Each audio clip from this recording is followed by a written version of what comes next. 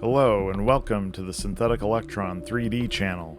Maybe you've heard of this mod, or maybe you haven't. Either way, this video is going to walk you through the problem it solves, where it came from, and how to set it up for your Centauri carbon. And stick around because at the end I'll be revealing a brand new modular version that takes it even further. My two Centauri carbons were living close together on a shelf in my garage, with just enough headroom to make filament changes annoying. Every time I needed to swap spools, I had to fumble with threading filament through the dryer, and since the runout sensors were mounted on opposite sides, my two-spool dryer couldn't reach both printers cleanly. It got frustrating, so I started looking for a better way. I noticed a bit of unused space on the right-hand side of the chamber. If a spool could fit there, I could eliminate the bulky external spool holder, keep filament dry mid-print, and free up the side of the enclosure. Turns out, typical 1 kilogram spool just barely fits. So, like any nerd, I made a quick proof of concept and made a post on Reddit about it. A lot of the early feedback was skeptical, understandably so. The biggest concern was the bed crashing into the spool, and honestly, that was a fair point. There was very little clearance there. But I kept thinking, how could this be done reliably? The solution turned out to be simple. A small spacer to move the panel outward just enough, and relocating the runout sensor to the inside of the panel in a mirrored position. That change made all the difference. Not long after that first post, I shared a few updates, and then something unexpected happened. Uncle Jessy asked if I'd share the CAD files. Of course I said yes. Next thing I know, he tells me, video incoming. That moment put the mod in front of a much wider audience, and with that came a wave of feedback. Some positive, some critical, but all of it useful. The design evolved quickly.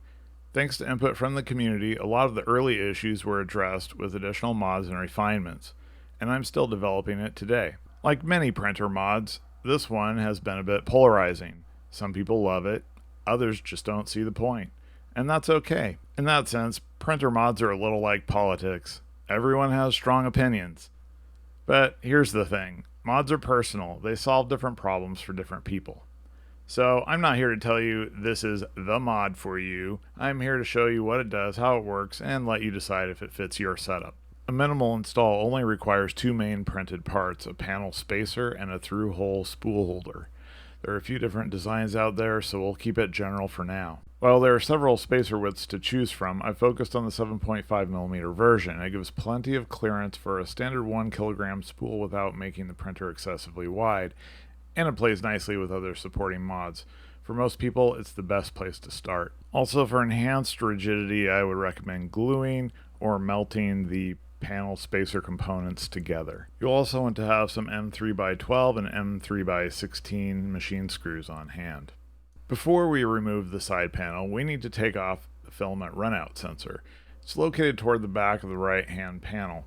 Start by unplugging the sensor's wire, then pull out the PTFE tube. Finally, remove the screw holding the mount in place and set the sensor aside. We'll be relocating it later.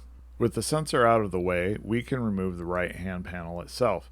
The factory external spool holder mounts here, but we'll be adding a spacer to this panel before reinstalling it. That's what creates the clearance for the internal spool. With the panel on the table, the next step is to remove the base for the factory spool holder. It's secured with 4 M3 machine screws. Once those are out, push the base off the studs from the side opposite the studs, or just lift it off like I'm doing here. We won't be reusing this piece as part of the internal spool holder installation. Here's the freshly printed 7.5mm spacer made from translucent PETG. PETG has a higher heat deflection temperature and better impact resistance than PLA, making it a solid choice if you plan on printing higher temperature materials, especially if you add an aftermarket chamber heater down the road. Installing the spacer is straightforward. The side with the chassis recess faces away from the panel. The horizontal edges run parallel to the Centauri carbon lettering, and the vertical edges line up with the Create the Future lettering. I usually start with the horizontal pieces, then bend the long vertical pieces just enough to fit the joints before letting them lay flat. Here I'm using the M3 nut version of the 7.5mm spacer, which doesn't require heat set inserts. Depending on whether you're installing supporting mods like hinges, the screw length will vary. If you're adding hinges, you don't want the screws protruding beyond the combined panel and spacer thickness. But if you're just installing the spacer in a spool holder, the screws should extend past the spacer so they can fasten directly to the chassis. Now I'm mounting the runout sensor on the opposite side of the panel in a mirrored position. It installs the same way as it did on the original side. With the spacer mounted to the panel, I'm melting the joints together for extra rigidity. PETG doesn't bond well with most glues, so this is a reliable option.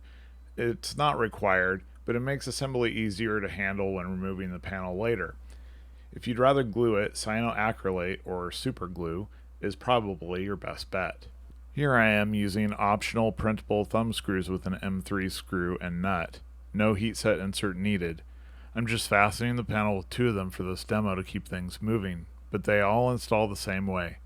Thumb screws make future panel removal a lot quicker and easier, so they're a nice quality of life upgrade if you plan on making adjustments later. With the panel reinstalled, all the thumb screws are in place, and we're ready for the spool holder.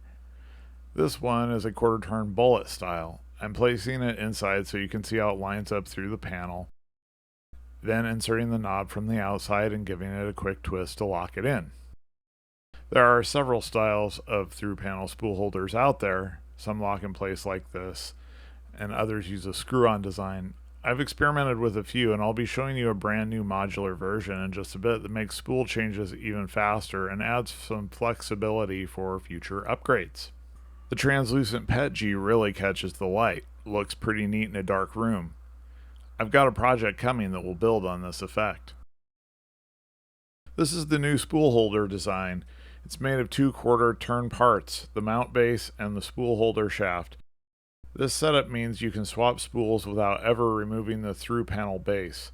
It also opens the door for quick changes to longer or shorter shafts or even shafts made from different materials. From the side, you can see the panel with the spacer and the thumb screws in place, and the knob that secures the new base in the panel. Once that base is mounted, swapping spool holders is just a quick quarter turn away. Installing the base is simple. Align it with the opening in the panel, insert it from the inside, and give the knob on the outside a quarter turn to lock it in place. With the base in place, adding a spool is just as easy. Slide it in, give it a quarter turn, and you're ready to print. Here's another version that fits the same base with the rectangular end stop rotated 90 degrees.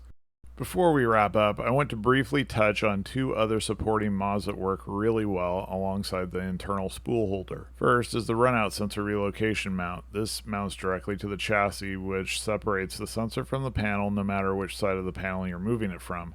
This makes it much easier to remove the panel whether you're using drop pin hinges or thumb screws, without the sensor and filament still being attached to it.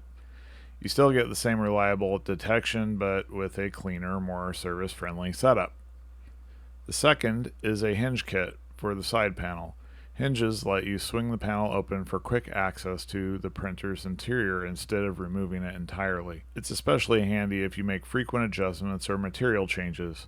Both of these mods are beyond the scope of this video, but I've covered them in detail in other videos. I'll link to those above and the cards if you want to learn more about installing and using them. That's it for this look at the Centauri Carbon internal spool mod. I'll have links in the description to the relevant supporting mods along with the files for the parts shown here. If you found this helpful, give it a like, and subscribe if you'd like more videos and content like this. Thanks for watching, and I'll see you in the next one.